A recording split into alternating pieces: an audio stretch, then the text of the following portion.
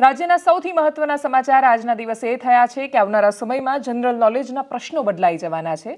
જીપીએસસીમાં કે પછી ક્લર્કની પરીક્ષામાં જો પ્રશ્ન પૂછાય કે ગુજરાત રાજ્યના જિલ્લા કેટલા, આટલા સરળ પ્રશ્નો હવે ક્લાસ 3માં પણ નથી પૂછાતા, પણ આપણે ધારી લઈએ કે જો પૂછાય 2025માં નસીબ સારા હોય ને આવા સરળ પ્રશ્નો કોઈ પૂછવા માંડે તો એનો જવાબ 33 નહીં આવે। ગુજરાત રાજ્યના જિલ્લા અધિકારિક રીતે હવે 34 થયા છે। વાવ થરાદ નામે નવો જિલ્લો એનો સમાવેશ કરવામાં આવ્યો છે। અપેક્ષિત એ રીતે હતું 2012માં જ્યારે જિલ્લાઓ છૂટા પડ્યા એટલે પંચમહાલમાંથી જેમ છૂટો પડ્યો તો એને નદી પરથી મહીસાગર નામ આપવામાં આવ્યું। સાબરકાંઠામાંથી જિલ્લો છૂટો પડ્યો તો એને વિશ્વની ભારત દેશની સૌથી જૂની પર્વતમાળા શૃંખલા એના પરથી અરવલ્લી નામ આપવામાં આવ્યું। નર્મદા નદી પરથી નર્મદા જિલ્લો એમ અલગ અલગ નામ આપવામાં આવ્યા જિલ્લાઓના। આ વખતે નામની ક્રિએટિવિટીમાં ન પડતા સરકારે સીધું જ વાવ થરાદ એવું નામ જાહેર કરી દીધું છે।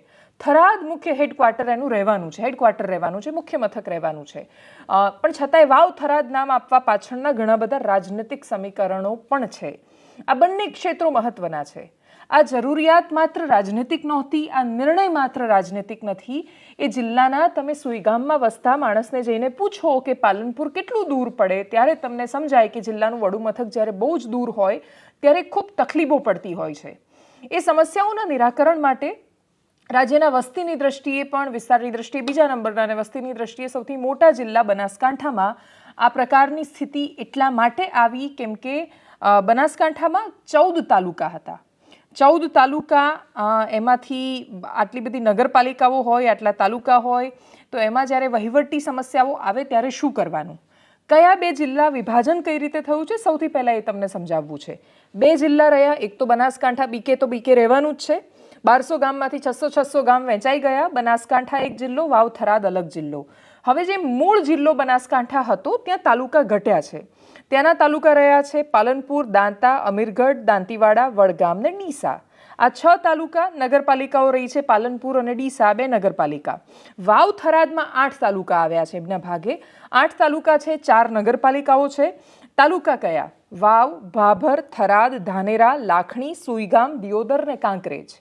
આ 8 તાલુકા વાવ થરાદનો હિસ્સો બન્યા અને એમાંથી 4 નગરપાલિકાઓ થરાદ, ભાભર, ધાનેરા, આ 4 નગરપાલિકા વાવ થરાદ જિલ્લામાં રહેવાની છે। જિલ્લો છૂટો પડે એના બહુ જ બધા ફાયદા હોય છે। એ ફાયદા ઋષિકેશભાઈ પટેલ, પ્રવક્તા મંત્રીએ ખૂબ વિસ્તારથી સમજાવ્યા પણ છે। આપણે એમના મોઢે જ ફાયદા સાંભળીશું।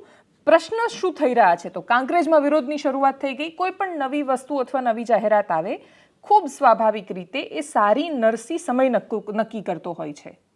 એ આગળ જતા 25 વર્ષ પછી કે 30 વર્ષ પછી એની શું અસર થાય એ સમજવા માટે આપણે ભવિષ્યમાં જવું પડે અને આપણે હજી સુધી ટાઈમ ટ્રાવેલ નથી કરી શકતા। એટલીસ્ટ અત્યાર સુધી તો નથી કરી શકતા। 2025ના અંત સુધીમાં કદાચ કંઈક નવું આવે તો આપણને ખબર નથી, એલનભાઈને ખબર હશે, તો અત્યાર સુધી આપણે નથી કરી શકતા। તો એ પ્રમાણે આપણને નથી ખબર કે કાંકરેજ માટે કે ધાનેરા માટે આની દૂર સુધીની અસરો શું હોઈ શકે, પણ વર્તમાનમાં જે નિર્ણય વર્તમાન શાસનને અનુકૂળ લાગે એ પ્રમાણે નિર્ણય લેવામાં આવે છે અને એટલે જ કોઈ પણ નવો નિર્ણય આવે ત્યારે એના સામે એક પ્રતિકાર સ્વાભાવિક રીતે આવતો હોય છે। આમાં પણ આવ્યો। કાંકરેજમાંથી વિરોધના સ્વર સામે આવ્યા। જેટલા તાલુકા છે જે લોકો માંગ કરી રહ્યા હતા અલગ જિલ્લો બનવાની, રાધનપુરની પણ પોતાની સમસ્યા છે। રાધનપુર ભલે બનાસકાંઠામાં નથી પણ એ કહેતા હતા કે રાધનપુર જિલ્લો બનાવીને થોડો પાટણનો હિસ્સો ને થોડો બનાસકાંઠાનો હિસ્સો કરીને રાધનપુરને અલગ કરી દો, બનાસકાંઠાને અલગ રાખો, આ પ્રકારની પણ ડિમાન્ડ હતી। દિયોદરના લોકો એવું ઈચ્છતા હતા કે દિયોદરને મુખ્ય મથક બનાવવામાં આવે કેમ કે એ ઓલરેડી સારું એવું ત્યાં બજાર છે, મોટું શહેર, સેન્ટર છે દિયોદર, તો એને પણ બનાવવામાં એવી માંગણી હતી। કાંકરેજે પણ વિરોધ કર્યો છે। દરેક ગામડા કેવી રીતે વહેંચ્યા, લગભગ 600 ગામડા બંને હિસ્સામાં આવી જશે એવો પ્રયત્ન કરવામાં આવ્યો છે।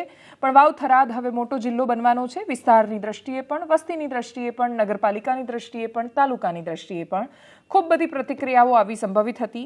પ્રવક્તા મંત્રીએ શું કહ્યું, ગિનીબેન ઠાકોર સાંસદ છે ત્યાંના બનાસકાંઠાના, એમણે શું કહ્યું, અને એનાથી પણ વિશેષ બીજા એક મહત્વના સમાચાર જે જાણવા જરૂરી છે અને એ છે કે ખાલી જિલ્લા કેટલા એટલો જ પ્રશ્ન નહીં આવે।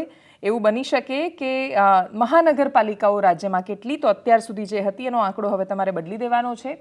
બીજી 9 નગરપાલિકાઓ એવી છે કે જે હવે મહાનગરપાલિકા બનવા જઈ રહી છે અને એટલે જ 8 અને 9 17 મહાનગરપાલિકાઓ રાજ્યમાં અસ્તિત્વમાં રહેવાની છે। એટલે ગુજરાત રાજ્યના મહાનગર કેટલા? 8 નહીં 17। અને 17 મહાનગરપાલિકાઓમાં જેવો જીપીએમસી એક્ટ લાગુ થશે એટલે તરત જ વહીવટદારની નિમણૂક કરવામાં આવશે.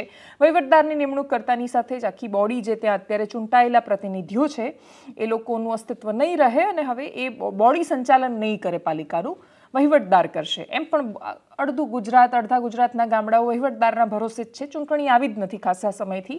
હવે ચૂંટણી આવું થઈ રહી છે તો ચૂંટણી આવતા પહેલાની પૂર્વ તૈયારીઓ પણ તમે એની જેમ પણ આને જોઈ શકો છો. સાંભળીએ પ્રતિક્રિયાને, સમજીએ રાજનેતાઓનું માનસ અને એના પરથી સમજાશે જિલ્લાનો મિજાજ. બનાસકાંઠા જિલ્લાનું એમને વિભાજન કરવાનો નિર્ણય લીધો છે. એરિયાની દ્રષ્ટિએ અને વસ્તીની દ્રષ્ટિએ 14 તાલુકા ધરાવતો આ સૌથી મોટો જિલ્લો હતો. એટલે સ્વાભાવિક કે એક છેડાથી જે હેડક્વાર્ટર સુધી પહોંચવામાં ખૂબ મોટું 35 થી 85 કિલોમીટર સુધીનું લાંબુ અંતર કાપવું પડતું હતું, હવે ટૂંકું થશે. અને આ હાલ બનાસકાંઠાના 14 તાલુકા છે, એમાંથી 8 તાલુકાઓ અને 4 નગરપાલિકાઓથી એક નવો વાવ થરાદ જિલ્લામાં એનો સમાવેશ કરવામાં આવશે અને વાવ થરાદ જિલ્લાનું મુખ્ય મથક એ થરાદ રહેવાનું છે. હાલનો બનાસકાંઠો જિલ્લો રાજ્યમાં સૌથી વધારે સંખ્યાબળમાં છે, વિસ્તારમાં પણ છે અને 14 તાલુકા ધરાવતો છે. વસ્તીને વધુ સુગમતાથી, સરળતાથી વહીવટ મળી રહે, લોકોને આવવા જવામાં તકલીફ ના પડે એના માટે 2 જિલ્લામાં એનું વિભાજન કરવામાં આવ્યું છે. વાવ થરાદ જિલ્લામાં કુલ 8 તાલુકાઓ, વાવ, ભાભર, થરાદ, ધાનેરા, સુઈગામ, લાખણી, દિયોદર અને કાંકરેજ, અને સાથે 4 નગરપાલિકાઓ ભાભર, થરાદ, થરા અને ધાનેરા. આ 4 નગરપાલિકાઓ અને 8 તાલુકાઓનો મળી કુલ વાવ થરાદ જિલ્લો બનશે, જેનું હેડક્વાર્ટર થરાદ રહેવાનું છે. બનાસકાંઠો જિલ્લો એના 6 તાલુકાઓ છે, પાલનપુર, દાંતા, અમીરગઢ, દાંતીવાડા, વડગામ અને ડીસા, અને સાથે 2 નગરપાલિકાઓ પાલનપુર અને ડીસા, એમ મળી અને બનાસકાંઠા જિલ્લો. આમ 2 જિલ્લા હવે અસ્તિત્વમાં આવશે. વિભાજન કર્યું હોય, નવો જિલ્લો બન્યો હોય, એનો આનંદ બધાને જ હોય અને અમને પણ છે. લોકો એને જે કંઈ જિલ્લા કક્ષાએ જવાનું હોય તો ઓછા કિલોમીટર ભૌગોલિક દ્રષ્ટિએ વિચારીએ તો 20-25 કે 40 કિલોમીટરમાં જે તાલુકાઓ આવતા હોય એને સ્વાભાવિક ફાયદો પણ થશે. પણ સાથે સાથે કોઈ પણ વિભાજન કરવું હોય ત્યારે પંચાયતનું વિભાજન કરવું હોય તો પણ ગ્રામ પંચાયતનો ઠરાવ લેવામાં આવે છે. તાલુકા પંચાયતનો નવો જિલ્લો તાલુકો બનાવવાનો હોય એ ટાઈમે પણ અનેક વખત સૂચનો લીધેલા છે. આ વખતે હું માનું છું ત્યાં મારી જાણ મુજબ કોઈ ગ્રામ પંચાયતના સરપંચો હોય, તાલુકાના આગેવાનો હોય, ધારાસભ્યો હોય કે ચૂંટાયેલા પદાધિકારીઓ હોય, એમનો કોઈનો પણ અભિપ્રાય હું માનું ત્યાં સુધી લીધેલ નથી. અને એક તરફી કદાચ આ જિલ્લાનું વિભાજન છે એટલે કદાચ લોકોને બધાને વિશ્વાસમાં લઈ અને જિલ્લાનું વિભાજન કર્યું હોત તો બધા રાજી પણ રોત.